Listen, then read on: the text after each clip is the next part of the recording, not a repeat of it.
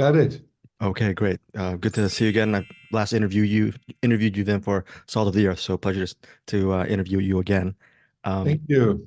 but, So let's go into your deepest dreams. yes, definitely, definitely.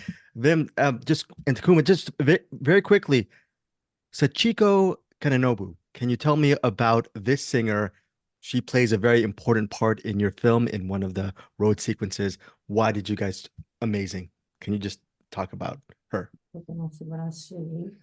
I felt with all the British and American music in there, we needed a Japanese voice.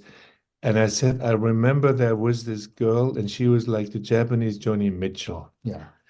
And saying that, Takuma went into action, and before we knew it, we were in touch with her.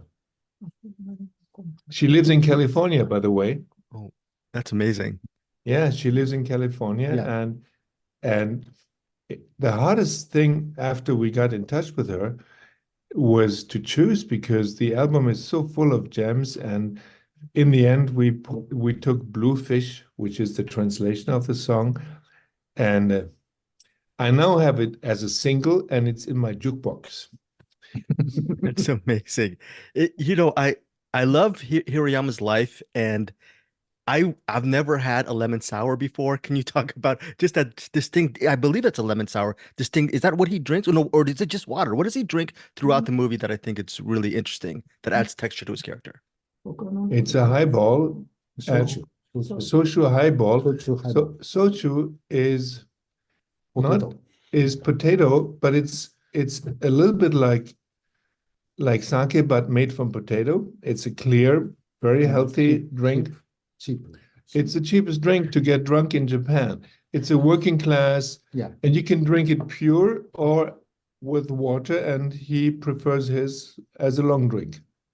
Well, that's amazing. You Mm. know, Vim, you were talking about shooting this movie handheld, but can you just talk about that creative decision? Because me as the viewer, as a cinephile, we're not noticing the handheld stuff in the film, but what was the creative decision behind going handheld for the movie? It was to be, first of all, in order to be fast. And Franz, my DOP, is known as the living tripod. And he can do a shot. He can do a shot handhold, but it's actually in his hand. And that allows us to move positions very, very quickly. And actually, as Hirayama is living a life with reduced means, we thought we should better adopt this for our own method, and we made a film with reduced means. We had no tracks, we had no gimbal, no Steadicam, no crane. We just had our DOP holding the camera, and that allowed us to shoot at the speed, the the reckless speed we were shooting. We did 50, 60 setups a day, and we could not have done it if we had used traditional means and tracks and all of that. Franz was our one-man camera unit, and he shot everything from his hand. There's a scene where the niece asks her uncle about, I think, about the water flowing into the ocean and next time is next time and now is now. And it reminded me of some of the final moments in late spring.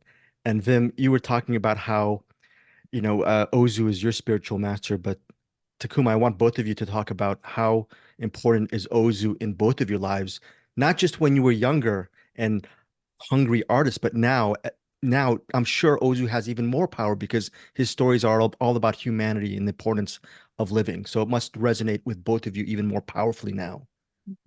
今、高崎さんにとって、そのオズというのは、また別の、その映画監督としての見方というか、インスピレーションソースになっていると思うんですけども、今の高崎さんの中でもどういう存在というか、どういう思いで今回。ビムと一緒に映画を作るまで、ほぼ歴史上の偉大な監督っていう認識で、ビムと一緒に映画を作ることによって、ものすごくオズの存在を近く感じる。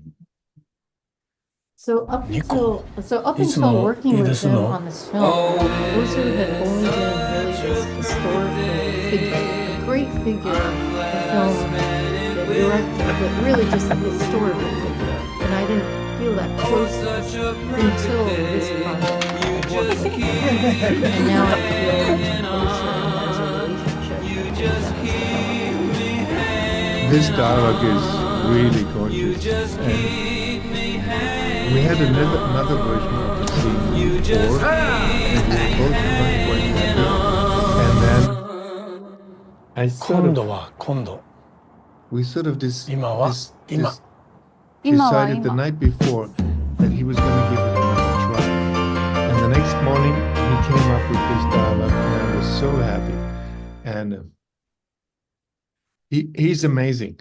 He writes dialogue like other people write down diary notes. So you tell him, do you think we can work on this again? And do you think it could be a little bit more in that direction? And then he thinks and says tomorrow, and the next day you have exactly what you were dreaming of. So this dialogue is Takuma, and Takuma and I, we are a dream team, like from your deepest dreams. So I'm just wondering about this movie. It's a very uplifting movie, but there's also the theme a little bit about analog versus digital film, cameras versus digital. Can you talk about that other theme in Perfect Days? Or maybe I'm really over analyzing it, because I think it really brought me back to the power of cassettes, the power of a camera. Do you see some value, Vim and Takuma, about the tangible stuff that we grew up on as opposed to this technology now, which is still very useful, of course? Maybe while I translate it, Takuma gives his answer to the translator, so we don't have to wait. So you give your answer, or you tell, and I disappear in this corner, and I try to answer it already while they murmur. Initially, it wasn't about that. And when we thought of the character, it's only while we were writing the story that we realized, well, he has this crummy old car, and in that car, well, if he wants to listen to music, it would have to be the old cassette recorder. This car is from the 80s. It didn't have anything but a cassette recorder. And then we loved the idea of cassettes, and before we knew it, they were an integral part of his life, and he had kept his cassettes from when he was young, from the 70s. And so one thing came to another, and we didn't want to make this pamphlet in defense of analog technology. But the more we thought about it, and the more we wrote and worked on the film, the more Hirayama became this hero of the analog age, and the more also all these young kids, these cool young kids that he meets, realize, wow, this old guy, he's pretty cool after all. Yeah. With his cassettes. Sorry, he didn't give his answer to me yet, but he knows the question. 情報が多すぎる、今の時代って情報がすごく多すぎるんで、そのことはすごい考えてました。で、一番大きなインターネットにつながってないってことかもしれない。Yeah, I think in today's world, we are information overload. We live in a day and age where there's way too much information. And so I think that was definitely something that was in our minds. And then the most important thing that, as you can probably see, is that there's no sign of connection to the internet through his eyes. He's very detached in that way. Okay. Yep. And therefore, he has time to read and time to take his pictures and time to clean his apartment himself and time to listen to his own music. He has time for everything he wants to do. And we all lost that ability to have time for stuff. And that's one of the reasons the film is so catching on to people, because they realize, hey, there is a different way to use your time. And what's keeping us from being masters of our own time? Anyway. Anyway, then my final question to you is just a general question.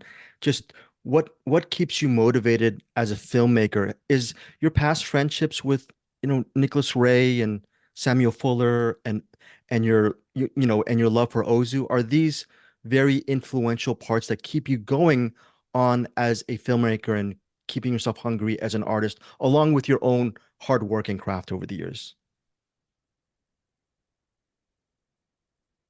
The history of cinema is an incredibly rich source of inspiration. And it's not like every movie has to invent filmmaking from scratch, although it is good if you feel like you're inventing it from scratch. It's good for making a movie, is the idea that you do something for the first time. And that very feeling I learned from my old friends, for example, from Sam Fuller or Nicholas Ray. That's the spirit in which they made their films. They never relied on experience. They always relied on that a film has to find its own language. And that is my total conviction, that as soon as you know how to do something, it doesn't give you a license to do whatever you want to do then in that matter. Every film has to find how he wants to tell its story. And Perfect Days was a complete reinvention of everything I've ever done. And I've never made a movie like this. I never wrote a script where the routine of a man basically was the bone of the script. And it was so helpful to have that routine for us to write the script. We wrote the script in 4 weeks because we had something so solid to begin with, which was a man with a routine. Thank you guys so much for your time. And my only wish is I hope both of you work together again very, very soon. So, Well, I think we have plans. okay. Thanks, Oh, yeah, Greg. definitely. Thank you. Thank you.